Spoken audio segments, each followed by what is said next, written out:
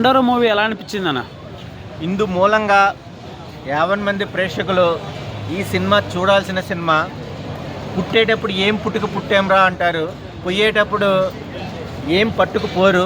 కానీ ఒక death scene Shivaji గారి నటన ఊరికి ఏం చేశాడు, మన వాళ్ళకి ఏం చెప్పాడు అన్న కథాంశం ప్రకారం first half second half boring కాకుండా ఈ జనరేషన్ వాళ్ళకి ఏం చూపించాలి, మందు కొట్టితే ఒక 2-3 రోజుల్లో దిగిపోయే మత్తు కన్నా దీంట్లో తీసుకున్న లీడు కులమత్తు.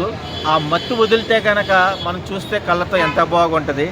మనం పోయిన తర్వాత కూడా కళ్ళు వేరే వాళ్ళకు దాన్ని పెడితే వాళ్ళు ఏం చూస్తారు అనేది ఒక అదే మెయిన్ హీరో అన్న వాస్తవంగా.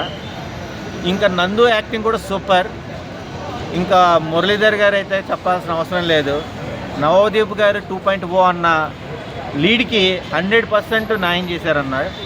ఎవరిని కాంప్రమైజ్ కాకుండా డైరెక్షన్ తీసుకున్న డైరెక్టర్ గారు మురళీకాంత్ గారు కూడా చాలా అద్భుతంగా, రవీంద్ర గారి ప్రొడక్షన్ వాల్యూస్ కూడా already colour photo frame and next Bedurulanka 2012 కూడా వీళ్ళు చేశారు. బట్ ఇది 3వ హ్యాట్రిక్ అనుకోవచ్చు బ్యానర్లో.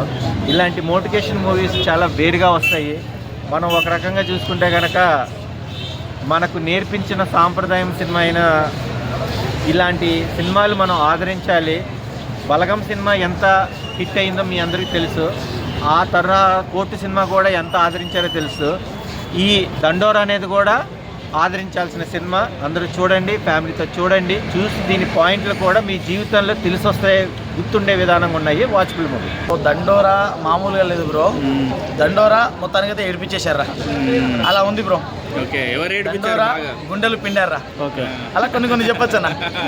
లిటరల్లీ చెప్తున్నాను కదా, మన కళ్ళల్లో నీళ్లు మనకు తెలియకుండా బయటకు వచ్చేస్తుంది బ్రో. క్లైమాక్స్ దగ్గర వచ్చేసరికి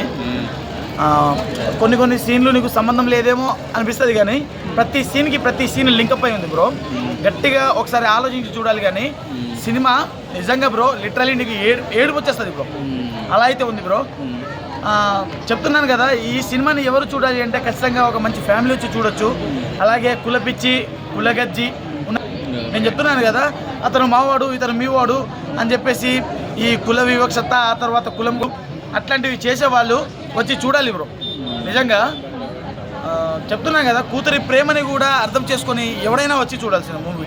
రేటింగ్ ఎంత ఇస్తావు బ్రో? 5కి రేటింగ్ అంటే ఏం లేదు, ఇది ఫ్యామిలీ సినిమా, దీనికి నేను రేటింగ్ ఏమి ఇవ్వలేను బ్రో. ఓకే. బిందు మాధవ్ క్యారెక్టర్ ఎలా అనిపించింది? బిందు మాధవి హీరోయిన్, బిందు మాధవి గారి క్యారెక్టర్.